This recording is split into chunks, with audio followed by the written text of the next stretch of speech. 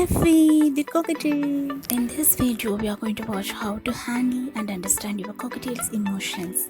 இந்த வீடியோவில் உங்களோட cockatielோட emotions எப்படி புரிஞ்சுக்கிறது and handle பண்ணுறது அப்படிங்கிறத பற்றி நம்ம பார்க்க போகிறோம். Fluffy gets too attached and it used to scream Fluffy when I leave the room. Fluffy ரொம்ப அட்டாச்மெண்ட்டோடு இருக்கும்.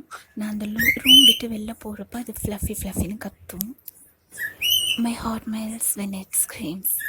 அது கத்துறப்போ நமக்கு மனசு ஏதோ பண்ணுற மாதிரி இருக்கும்.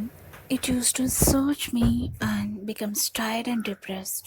நம்மளை தேடி பார்த்துட்டு ரொம்ப டயர்டாக ரொம்ப டிப்ரெஸ்டாக ஆகிடும். Like human beings, cockatiels also start munching when it feels stressful, sad, depressed or when it feels lonely.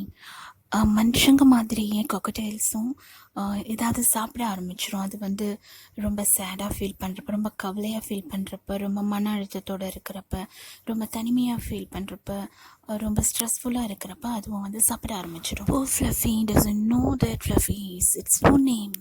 Since we call it Fluffy, it assumes that it should also call Fluffy when someone leaves the room.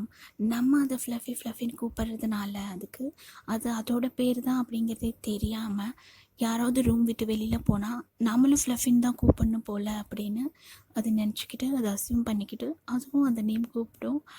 அது ரொம்ப ஃபன்னியாகவும் இருக்கும், பாவமாகவும் இருக்கும். See how it becomes so restless and roaming around the cage when we leave it alone. நம்ம அது தனியாக ரூமில் விட்டுட்டு வெளியில் போனதுக்கப்புறம் அது எவ்வளோ ரெஸ்ட்லெஸ்ஸாக அந்த கேஜ் அந்த கூண்டில் அது சுற்றி வருதுன்னு பாருங்கள். Cockatiels are too emotional, attached and sensitive too.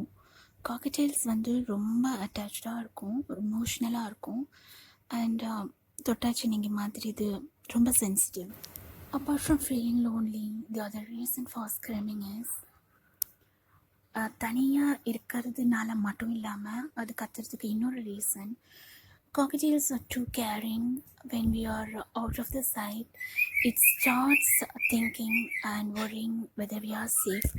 நம்ம அது கண் பார்வையிலேருந்து மறைஞ்சோன்னே நம்ம ரொம்ப சேஃபாக தான் இருக்கமா அப்படின்னு அது கவலைப்பட ஆரம்பிச்சிடும். ஏன்னா cockatiels ரொம்ப carrying. So though we leave the room, we have to keep on communicating and inform that you are safe. So நீங்கள் அது கண் பார்வையிலேருந்து வெளியில் போகிறப்போ நீங்கள் சேஃபாக தான் இருக்கீங்க அப்படின்னு அதுக்கிட்ட நீங்கள் கம்யூனிகேட் பண்ண வேண்டியது அவசியம்.